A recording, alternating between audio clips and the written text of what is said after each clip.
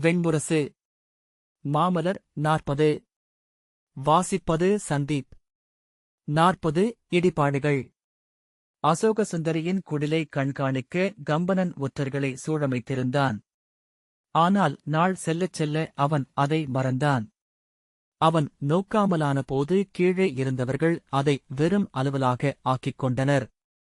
முறைமை என்றாகும்போது காவல் பணியும் கணக்குப் பணியும் சிறக்கின்றன, ஒற்றுப் பணியும் நீதியளித்தலும் அழைகின்றன என்பது ஆட்சி நூலின் நெறி. நாளடைவில் அசோக சுந்தரியின் குடிலை எவருமே கண்காணிக்கவில்லை. அப்பெயரே எங்கும் பேசப்படவுமில்லை. அரண்மனையின் ஒவ்வொன்றும் பிழை என சென்று கொண்டிருந்தது. குண்டன் வஞ்சமும் சினமும் கொண்டவனாக ஆனான். அவன் கண்களில் எழுந்த ஒளியைக் கண்டு அஞ்சிய ஏவலர் ஏறிட்டு அவனை நோக்குவதை தவிர்த்தனர். கம்பனனே அவனுக்கு பக்கவாட்டில் நின்று விழிநோக்காது சொல்லாடினான். எவ்விழிகளுமே சந்திக்காத குண்டனின் விழிகள் முதுநாகத்தின் மணி என ஒளிகொண்டன. அவற்றை ஏறிட்டு நோக்கியவர்கள் அவனால் தண்டிக்கப்பட்டவர்கள் மட்டுமே. அவன் ஆணையை சொல்லி முடித்ததுமே அவர்கள் திடுக்கிட்டு விழிதூக்கி அவ்விழிகளை நோக்கி அக்கணமே நாகத்தின் முன் எலி என சித்தம் உறைந்து உடல் ஒடுங்கினர். அவர்களின் உள்ளம் அவன் முன் முழுமையாக பணிந்தது. தங்கள் உடலை அவர்கள் அதற்கென்றே பிறந்தவர்கள் போல மாற்று எண்ணமே இன்றி ஒப்படைத்தனர். அவன் நாளும் ஒருவனை கழுவிலேற்றினான். சிறு பிழைகளுக்கும் தலைவெட்டவும், யானைக்காலில் இடறவும், புறவுகளால் இழுத்துக் கிழிக்கவும், பேரிடை கட்டி தலைகீழாக தொங்கவிடவும் ஆணையிட்டான். எனவே அவனிடம் நீதி வழங்க வழக்குகள் வருவதை கம்பனன் தவிர்த்தான். கொலை செய்யப்பட வேண்டியவர்களை மட்டுமே அவனிடம் அனுப்பினான். குண்டன் தன் சாளரத்துக்கு வெளியிலேயே கழுமரம் அமைத்து அதில் அந்த கழுவேறி உடல் கோத்து குருதி வார கைகால்கள் துடிதுடிக்க முனகி மெல்ல மடிவதை நோக்கிக் கொண்டு மஞ்சத்தில் படுத்திருந்தான். வதைப்பட்ட உயிரின் இறுதித் துடிப்பின் போது தன் பாறைக்கால்களில் உயிரசைவு தோன்றுவதாக சொன்னான். உயிர் தன்னில் இருப்பதை உடலால் உணர முடியாது அமைச்சரே. ஏனென்றால் உயிரை உடல்தான் என்றே எண்ணுகிறது. ஆனால் உடலின் உச்சகட்ட வலியில் உயிர் அதை உதறி கைவிட்டு விடுகிறது. உயிர் உதறி மேலெழுகையில் ஒரு கணம் உடலால் வெறும் உயிர் உணரப்படுகிறது. ஒரு நடுக்கமாக அல்லது துடிப்பாக அல்லது வேறு ஏதோ ஒன்றாக அது வெளிப்படுகிறது. அந்த உடலசைவு ஒரு சொல். மிக மிக அரிதான சொல் என அவன் முகம் உவகையில் விரிய சொன்னான். ஆனால் ஓரிரு கணங்கள் மட்டுமே அது நிகழ்கிறது. கண் அதைத் தொட்டு சித்தம் அறிவதற்குள் முடிவடைந்து விடுகிறது. இன்னொரு முறை அதை பார்த்தால் தெரிந்துவிடும் என உள்ளம் பதைக்கிறது. ஆகவேதான் மீண்டும் மீண்டும் உயிர்கொலை செய்கிறேன். அத்தனை மனிதர்களும் வெறும் உடலுயிர்களாக அவனுக்கு தெரியலாயினர். ஏவலரும் காவலரும் கழுவேறினர். ஒருமுறை அவன் இளம்பீரன் ஒருவனை கழுவிலேற்றினான். அதுவே தாளலின் எல்லை என அமைந்த இறுதிச் சுமை. அவன் குலம் கொதித்து எழுந்தது. நாகநாடு முழுக்க குலங்கள் ஒன்று திரண்டன. நாகத்தரைகளில் குடிக்கூட்டங்கள் நாளும் நடந்தன. பல குலங்கள் நாகநாட்டிலிருந்து விலகிச் செல்வதாக அறிவித்தன. கம்பனன் முதலில் படைகளை அனுப்பி அந்த கிளர்ச்சியை அடக்க முயன்றான். அது அரக்குக் காட்டில் எரி என படர அவர்களை பேசி அமைக்க முயன்றான். ஒரு குலம் தணிந்ததும் பிறிதொன்று எழுந்தது. எண்ணியிராத இடங்களில் எல்லாம் சாம்பல் குவைக்குள் இருந்து எரி பொங்கி எழுந்தது. குண்டனின் குருதி இல்லாது அமையோம் என்றே பல குலங்கள் கொதித்தன. இறுதியில் அது அங்குதான் முடியுமென கம்பனன் அறிந்திருந்தான். குடிகள் தங்கள் ஆற்றலை உணராதிருக்கும் வரைதான் அச்சம் அவர்களை ஆளும். அஞ்சிய பசு துள்ளி எல்லை கடப்பது போல சினம் கொண்டு நிலைமறந்து எழுந்து அதனூடாக தங்கள் எல்லையை கடந்து விட்டார்கள் என்றால் அரசனின் குருதியில்லாது குடிகள் அமைய மாட்டார்கள். அது அவ்வரசனின் குருதி மட்டும் அல்ல, அரசு என்பது குடிகளை ஒடுக்கியே நிலை கொள்வது. புரவி நினைத்திருக்க பல்லாயிரம் சாட்டைத் தழம்புகள் இருக்கும். அத்தனை குடிக்கிளர்ச்சிகளிலும் அரசு என்னும் அமைப்பு உடைந்து சிதறுகிறது. கோட்டையும் காவலும் சிதறுகின்றன. கொடிகள் மண்ணில் புரண்டு மிதிப்படுகின்றன. அரசின்மையின் பெருங்களியாட்டம் எழுந்து எவராலும் கட்டுப்படுத்த முடியாதபடி அனைத்தையும் உடைத்து அழிக்கிறது. பெரிய அணை உடைந்தால் அத்தனை சிறிய அணைகளும் உடைவது போல குடியறமும் குல அறமும் கற்பும் மூத்தோர் மதிப்பும் மறக்கப்படுகின்றன. அதை கட்டுக்குள் வைக்க அதைத் தொடங்கியவர்களாலேயே இயலாது. அக்களியாட்டம் பெருகிப் பெருகி பேரழிவாக ஆகத் தொடங்கும்போது அவர்கள் கைகாட்டி குறுக்கே நிற்பார்கள். ஆணையிட்டும் மன்றாடியும் நிறுத்த முயல்வார்கள். அவர்கள் உடைத்து வீசப்படுவார்கள். அழிவு முழுமை கொண்ட பின்புதான் மெல்ல போதம் மீளத் தொடங்கும். மேலும் முன் செல்ல முடியாதென்று உணரும் நிலையில் மெல்ல திரும்பத் தொடங்குவார்கள் முன்னே சென்றவர்கள்.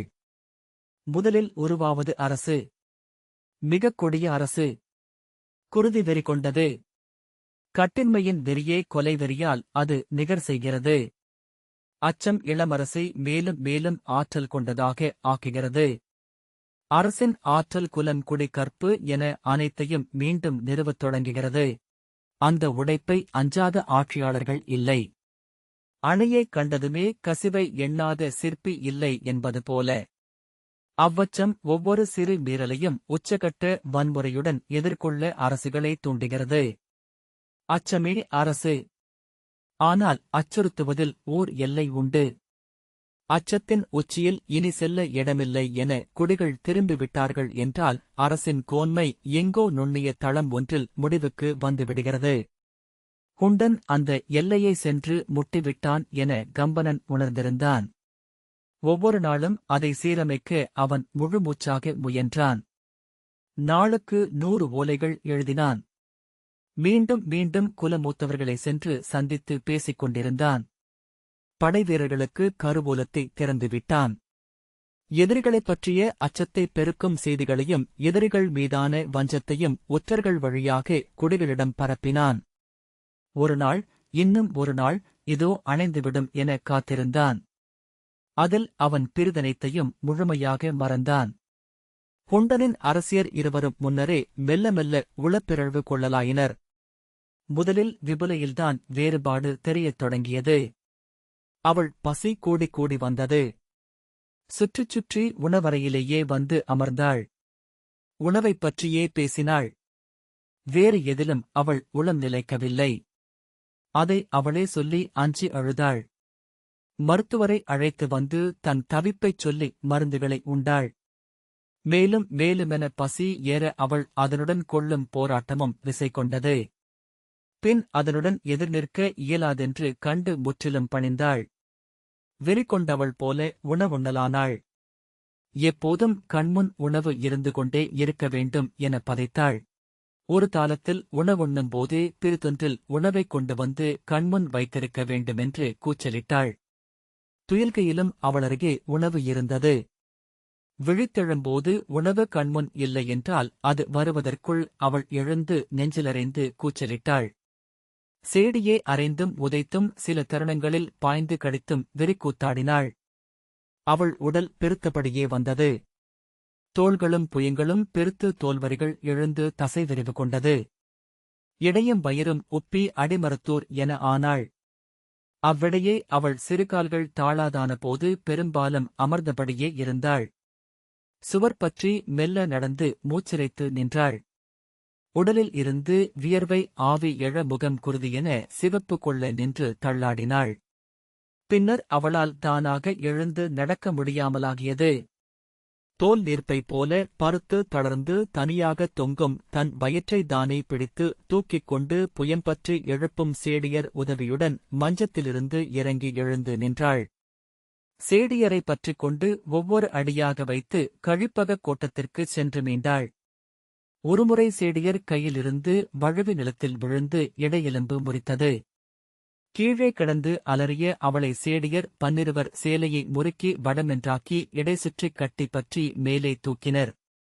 வாரிக்குழிக்குள் விழுந்த காட்டு யானையை தாப்பானைகள் தூக்குவது போல என்று இளம் சேடி ஒருத்தி சொன்ன இளிவரல் அகத்தளங்களில் நெடுநாட்கள் புழங்கியது. சேடியர் அதற்கும் மரத்தாலங்களை அறைக்கே கொண்டுவரத் தொடங்கிய பின்னர் அவள் அரண்மனையின் சிற்றறை ஒன்றுக்குள் முழுமையாகவே அடைப்பட்டவளானாள். நோக்குபவர் திடுக்கிடுமளவுக்கு அவள் உடல் உப்பி வீங்கி பெருத்து தசைப்பொதிகள் 4 பக்கமும் பிதுங்கி வழிந்திருக்க படுக்கையை நிறைத்துக் கிடந்தாள். கைகளும் கால்களும் தனித்தனி மனிதோடல்கள் போல அவளருகே செயலற்றிக் கிடந்தன. கன்னங்கள் பிதுங்கியமையால் மோவாய் ஒரு குமிழ், மேலே மூக்கு பிறிதொரு சிறு குமிழ் என்றான வட்ட முகத்தில் விழிகள் சிறுத்து தசைக்குள் புதைந்து கேடயத்தில் இறுக்கிய ஆணிகளின் முனைகளெனத் தெரிந்தன. வாய் சிறிய துளை என அழுந்தியிருக்க அதைச் சுற்றி 7 தசையடுக்குகளாக முகவாயும் கழுத்தும் அமைந்திருந்தன. முலைகள் இரண்டும் விலாவை நோக்கி வழிந்து கிடந்தன. அவள் தன் வயிற்றின் மேலேயே தாளத்தை வைத்து விழித்திருக்கும் வேளையெல்லாம் உண்டு கொண்டிருந்தாள். அவ்வுணவு சிந்தி சேற்றுக்குழியென ஆழம் மிகுந்த தொப்புளிலும் புண்ணாகி தசையழுகும் நற்றம் கொண்டிருந்த தசைமடிப்புகளுக்குள்ளேயும் படிந்திருக்க அதை நாளில் பலமுறை சேடியர் துடைத்து தூய்மை செய்தனர். போதிய உணவு இல்லை என்னும் அச்சம் அவளை கனவிலும் உலுக்கியது. எழுந்து கைகளை அசைத்து உளையிட்டு சேடியரை அழைத்து, உணவு, உணவு எங்கே என்று கூவினாள். உணவைக் கண்டதும் சிரிப்பில் விழிகள் தசைக்கதுப்பில் புதைந்து மறைந்தன. மூக்குப்பாதையை கொழுப்பு அடைக்க மெல்லிய குழலோசை என அவள் மூச்சு ஒலித்தது. ஆனால் அவளுக்கு முன்னரே வித்திதைதான் இறந்தாள். விபுலை பருத்து வந்ததற்கு மாறாக அவள் மெலிந்து உருகிக் கொண்டிருந்தாள். முதலில் இருவரும் இணைந்தே உணவுண்டனர். விபுலை தாய்ப்பன்றி போல வாயோரம் நுரைக்க சேற்றில் நடப்பது போன்ற ஒலி எழ உண்பதைக் கண்டு அவள் குமட்டி வாய்ப்பொத்தி எழுந்தோடினாள். அதன்பின் அவளால் உணவுண்ணவே இயலவில்லை. ஓரிருவாய் உணவுண்டதுமே குமட்டி உடல் உலுக்கிக் கொண்டது. மருத்துவர் அளித்த மருந்துகளால் பெரும்பசி கொண்டவளானாள். ஆனால் கையில் உணவை அள்ளியதுமே வயிறு பொங்கி மேலெழுந்தது. தமக்கையே எண்ண வேண்டாம் அரசி என்றார் மருத்துவர். அவளை எண்ணாமல் நான் இதுநாள் வரை இருந்ததே இல்லை என்றாள் வித்யுதை. அவளை மறக்கும்படி சொல்லச் சொல்ல அவள் அவளையே எண்ணிக் கொண்டிருக்கலானாள். ஒவ்வொரு நாளும் அவள் மூத்தவளை எண்ணியபடி விழித்தெழுந்தாள். அவளை நோக்கலாகாது என்று உறுதி கொண்டு பின்காலை வரை பொறுத்தவள் எழுந்து சென்று நோக்கினாள். அவள் உடலின் மடிப்புகளை தூய்மை செய்யும் சேடியரைக் கண்டால் அங்கேயே குமட்டை வாயுமிழ்ந்தாள். எழுந்தோடிச் சென்று இருண்ட அறைக்குள் ஒளிந்து கொண்டாள். எலும்புருவாக ஆன வித்யுதை பலமுறை விபுலையை கொல்ல முயன்றாள். கையில் அகப்பட்டவற்றை எடுத்துக்கொண்டு ஓடி வருபவளை சேடியர் மிக எளிதில் பிடித்து அடக்கினர்.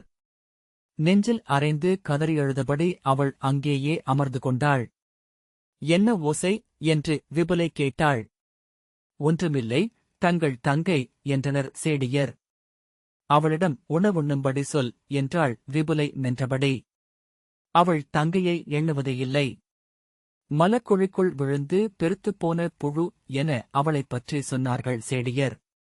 ஒவ்வொரு நாளும் பசியால் தவித்தும் உண்ண முடியாமல் துடித்தும் கணங்களை கடந்த வித்யுதை ஒருநாள் தன் அறைக்குள் தன் ஆடையாலேயே தூக்கிட்டு இறந்தாள். அவள் அறைக்கதவு திறந்திருக்கக் கண்டு உள்ளே சென்ற சேடி சுவரோரமாக திரும்பி நின்றிருக்கும் அவளைக் கண்டாள். விந்தையை அவள் உள்ளம் உணர்ந்தாலும் சித்தம் அறியவில்லை. அருகணைந்த போதுதான் அவள் உயரம் மிகுதியாக இருப்பதை உணர்ந்து மேலே நோக்கினாள். கழுத்தை இறுக்கிய மேலாடை சரிந்த உத்தரத்தில் கட்டப்பட்டு சறுக்கி சுவர் மூலை வரை வந்திருந்தது. அவள் கால்களின் கட்டை விரல்கள் நிலத்திலிருந்து விரலிடை உயரத்தில் காற்றில் ஊன்றியிருந்தன. தங்கையின் இறப்பை விபுலை உணர்ந்ததாகவே தெரியவில்லை. உண்டு கொண்டிருந்தவளிடம் அச்செய்தி சொல்லப்பட்ட போது அவள் ஏன் அப்படி செய்தாள் என்றாள். உடனே இறப்பென்றால் உணவு நீத்தல் சடங்கு உண்டு அல்லவா? எவருக்கும் தெரியாமல் இங்கு உணவை கொண்டு வந்து வைத்துவிடு என்று சொல்லி மீண்டும் உண்ணத் தொடங்கினாள். அதுவரை ஏதோ மெல்லிய இரக்கத்தால் அவளை விரும்பி வந்த அகத்தளப் பெண்டிர் அவளை வெறுக்கலாயினர். அவளுடைய சாவை எதிர்நோக்கி ஒவ்வொரு காலையிலும் வந்து நோக்கினர். அவள் உண்டு கொண்டிருப்பதைக் கண்டு இவளுக்கு அழிவு இல்லை என்றனர். தன் அமைச்சரையில் சுவடி நோக்கிக் கொண்டிருந்த கம்பனன் தன்முன் வந்து பணிந்து நின்றிருந்த முதிய ஒற்றன் பெரிய செய்தியைக் கொண்டிருப்பதை உணர்ந்தான். சொல்க என மெல்லிய குரலில் சொன்னபடி சுவடியை கட்டினான். சொல்க என தயங்கி நின்ற ஒற்றனை மீண்டும் ஊக்கினான். அமைச்சரே, இதன் பொருட்டு நான் கழுவேற வேண்டியிருக்கலாம். என் மைந்தர்களுக்கு ஒன்றும் ஆகக்கூடாது என்றான் ஒற்றன். சொல்க என்றான் கம்பனன்.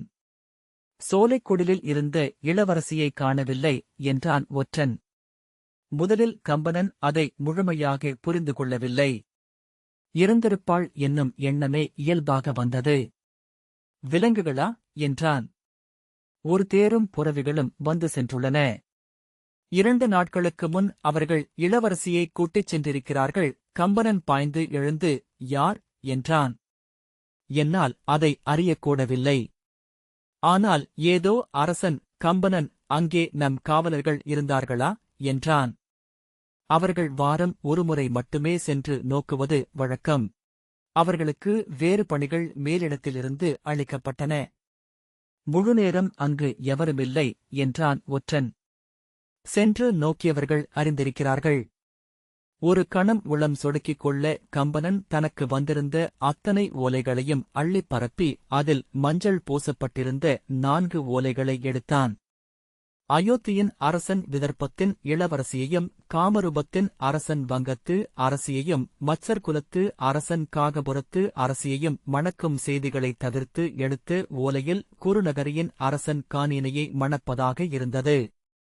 ஆம், இது எனக்கு தோன்றிக் கொண்டே இருந்தது என்று அவன் உள்ளம் கூவியது. அழைத்து வருக தலைமை ஒற்றனை என அவன் சொன்னான். தலைமை ஒற்றன் வரும் வரை பரபரப்புடன் ஓலைகளைத் துழாவி படிக்கலானான்.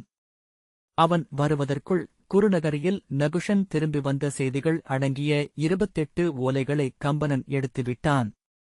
அவ்வோலைகள் 18 நாட்களாக தொடர்ந்து வந்து கொண்டே இருந்திருக்கின்றன. எதையுமே அவன் பிரித்து நோக்கியிருக்கவில்லை. தலைமை ஒற்றன் வந்து பணிந்தபோது அவன் விழிகளை எரிட்டு நோக்க கம்பனன் உள்ளம் துணியவில்லை. அவன், நகுஷன்தானா என்றான். ஆம் அமைச்சரே. அனைத்துச் செய்திகளையும் நான் உடனுக்குடன் தெரிவித்துக் கொண்டிருந்தேன் என தலைமை ஒற்றன் சொன்னான். தங்கள் செய்திகள் மதிக்கப்படாதபோது ஒற்றர்கள் கொள்ளும் சினத்துடன், ஆனால் குரலில் எதுவும் வெளிப்படாமல் ஓலைகளில் எழுதி இங்கே நாட்படி அடுக்கும்படி சொன்னீர்கள். அதை செய்தேன் என்றான். ஒருகணம் சினம் எழுந்தாலும் அசோக சுந்தரிக்கும் நகுஷனுக்கும் அரசனுக்குமான மும்முனைப் போர் குறித்து எதுவும் தெரியாத ஒற்றர்களுக்கு குருநகரியின் மாற்றங்கள் வெறும் செய்திகளே என உணர்ந்து அவன் அமைதி கொண்டான். திரிகர்த்தர்களுக்கும் ஊசினார்களுக்கும் பெரிதொரு போர் மூளக்கூடும். அதைக் குறித்த செய்திகளும் உள்ளன. எதுவுமே பார்க்கப்படவில்லை என்றான் தலைமை ஒற்றன். ஆம் என்றான் கம்பனன். நாகர்களை உடனடியாக வாட்டக்கூடிய இடராது. எல்லையில் 80 நாகர்குடிகள் வாழ்கின்றன என்று தலைமை ஒற்றன் சொன்னான். கம்பனன், நான் பார்க்கிறேன் என்றான். பொழுதெல்லாம் அரசருடன் இருந்தீர்கள். அங்கே மனிதர்கள் அலறிச் சாகும் ஒலியில் பிற ஒலிகள் உங்கள் செவிகளை அடையவில்லை என்றான் தலைமை ஒற்றன். கம்பனன் பெருமூச்சு விட்டான். நகுஷன் எங்கிருந்து வந்தான் என்றான் கம்பனன். அவர் தன் படைகளுடன் திரிகர்த்தர்களை அச்சுறுத்தினார். எதிர்பாராதபடி குருநகரி மேல் படை கொண்டு சென்று வென்றார். முடிசூட்டிக் கொள்வதற்கு முன்னரே சென்று கானியனை ஒருத்தியை கவர்ந்து வந்து மணம் புரிந்து கொண்டார். கம்பனன், ஆம், அதை வாசித்தறிந்தேன். அவன் வந்தது எங்கிருந்து என்றான். தலைமை ஒற்றன், அதை இருவாறாக சொல்கின்றனர். அவர் மாமன்னர் ஆயுசின் மைந்தர். குருநகரியின் அரசர் நோயுற்றிருந்தமையால்தான் இறந்தால் தன் மைந்தனும் கொல்லப்படுவான் என அஞ்சினார். அவ்விதர்களுக்கு அஞ்சி தந்தையால் வசிட்டரின் குறுநிலைக்கு இளவயதிலேயே அனுப்பப்பட்டார். அங்கே கல்வி கற்றதும் தந்தையின் ஆணைப்படி வெளியே வந்துதான் கற்ற படைக்கலை கொண்டு படை திரட்டி திரிகர்த்தர்களின் சிற்றரசர்களை வென்றார். குருநகரையே கைப்பற்றி தந்தை சூடியிருந்த முடியை தானே ஏற்றுக்கொண்டார் என்றான். பின்னர் மெல்ல சிரித்தபடி, இன்னொரு கதையில் அவரை ஓர் ஒற்றன் தூக்கிக் கொண்டு காட்டில் ஒரு மரப்பொந்தில் வைத்துவிட்டதாகவும் அங்கிருந்து குரங்குகள் அவரை எடுத்து வளர்த்து இளைஞனாக்கி வசிட்டு குறுநிலையில் கொண்டு சென்று சேர்த்ததாகவும் சொல்லப்படுகிறது. இந்தக் கதையே மக்களால் விரும்பப்படுகிறது. ஏனென்றால் இதுவே நம்ப முடியாததாக இருக்கிறது என்றான். நம் ஒற்றன் ஒருவனை இறக்கும் தருணத்தில் விந்தையான முறையில் காட்டில் கொண்டு சென்று வைத்துவிட்டு வந்ததாக சொன்னார்கள் அல்லவா என்றான் கம்பனன். ஆம் என்றதுமே தலைமை ஒற்றன் புரிந்து கொண்டான். நாம் செய்ததா என்றான். ஆம் என்றான் கம்பனன். அங்குதான் குழந்தையை கொண்டு சென்று வைத்திருக்கிறான். அவன்தான் வசிட்டரிடம் சொல்லியிருக்கிறான் என்ற தலைமை ஒற்றன் அவன் அரசியரின் சேடியான மேகலையின் தனிப்பணியாளாக இருந்தான். மேகலை தன் மகளுடன் வாழ்வதற்காக தெற்கே சென்றபின் பணியிலிருந்து விடுபட்டு நாடோடியாக அலைந்தான். நெடுநாட்களுக்குப் பின்னர் திரும்பி வந்தான். இறுதி நாட்களில் பித்தனாகவே இருந்தான் என்கிறார்கள் என்றான். அரசியிடம் சென்று குருநகரியின் நகுஷன் சாகவில்லை, மீண்டு வந்து அரசனாக முடிசூடிவிட்டான் என்று சொல்க என்றான் கம்பனன். நான் சென்று அரசரை பார்த்து வருகிறேன். தலைமை ஒற்றன் அரசியிடம் சொல்வதில் பயனில்லை அமைச்சரே. சொல் கேட்கும் நிலையில் அவர்கள் இல்லை என்றான்.